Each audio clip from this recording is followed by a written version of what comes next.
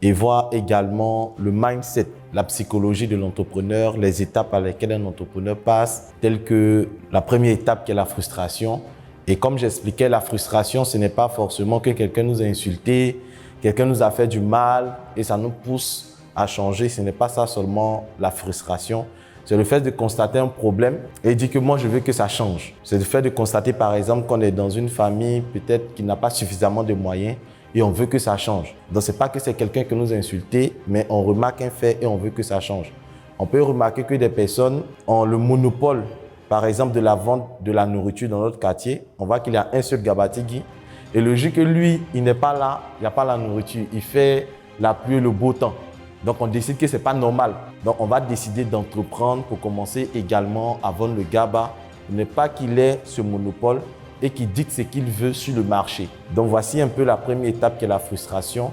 Et une fois qu'on a franchi cette étape, on va passer à la deuxième étape qui est l'étape du conflit. Et comme j'expliquais hier, le conflit, ce n'est pas qu'on va se battre forcément avec les autres. Il y a plusieurs niveaux. Le premier niveau, c'est envers nous-mêmes. Parce qu'une fois qu'on décide d'entreprendre, ça va nous demander d'énormes sacrifices. Ça va nous demander de pouvoir dormir tard, se réveiller tôt, bosser des choses, faire des conférences, s'organiser, être discipliné. Donc ça, c'est le premier degré du conflit. Nous et nous-mêmes. Le deuxième degré du conflit, il va s'agir de nous avec notre entourage. À commencer par nos amis. Parce que commencer à entreprendre va nous demander une certaine discipline, une certaine rigueur et certains sacrifices que nos amis ne pourront pas forcément comprendre dans un premier temps. Ils vont trouver que non, 2 jours tu es devenu mature, tu nous as abandonnés, on fait les sorties, on ne te voit plus, on t'appelle mais tu ne décroches plus, tout le temps en réunion, tout le temps en conférence. Et ça, c'est le deuxième degré au niveau du conflit. Après les amis, il y aura la famille. Surtout lorsqu'on est étudiant. Ça, c'est pas facile. Les parents vont dire, on t'a bien à l'école. C'est qu'elle a fait des business, tu te mets dedans. Tes amis sont allés à l'école jusqu'à aujourd'hui, ils ont les diplômes, ils sont devenus grands types, ils vont sauver les familles. Toi, tu es dans les grouillements. Ça, c'est la première forme de conflit avec la famille. Et avec la famille, il peut s'avérer qu'aussi le problème de disponibilité. Parce qu'en famille, on va te dire qu'il faut nettoyer la maison, il faut balayer, il faut essuyer, il faut faire ça. Pourtant, un entrepreneur, la ressource la plus importante, c'est son temps. Et on va dire que si tu ne fais pas ça, c'est que tu t'en vas louer ta maison, tu manges là-bas, tu vis ta vie comme tu veux. Mais tant que tu es ici, le matin, tu dois balayer le salon, tu dois faire ça, tu dois faire ça.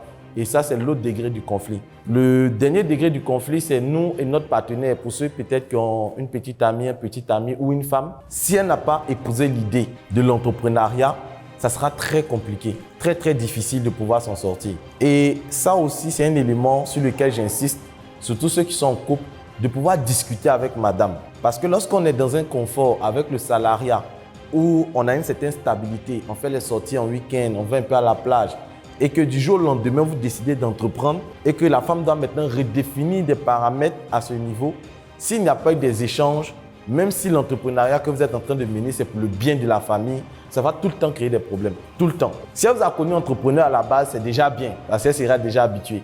Mais si à la base, c'était les sorties, c'était les rencontres, et puis après, ça change, on peut même dire que c'est parce qu'il y a une autre dehors maintenant que ça a changé. Donc voici un peu la deuxième étape qui est l'étape du conflit. Et après le conflit, il y aura l'isolement. Lorsqu'on parle d'isolement, comme je le disais hier, ce n'est pas de forcément être seul. On peut s'isoler, être seul, c'est-à-dire prendre une maison, être à part, être dans son coin.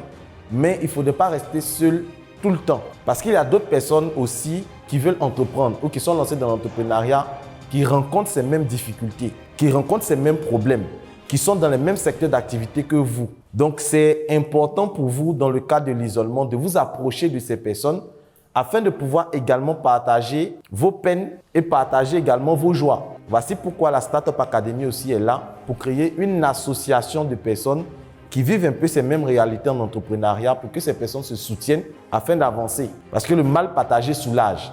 Et hier, j'ai pris l'exemple au cours de la formation, lorsqu'on fait un devoir et qu'on dit tu es le seul à avoir eu 2 sur 20 et que les autres ont 18, 15, ça fait mal. Mon partage les feuilles, on dit le premier classe a eu 1 et toi tu as eu demi sur 20. Là, quand c'est comme ça, tu dis non, même le premier a eu 1. Mais moi, j'ai lutté, il y a eu demi.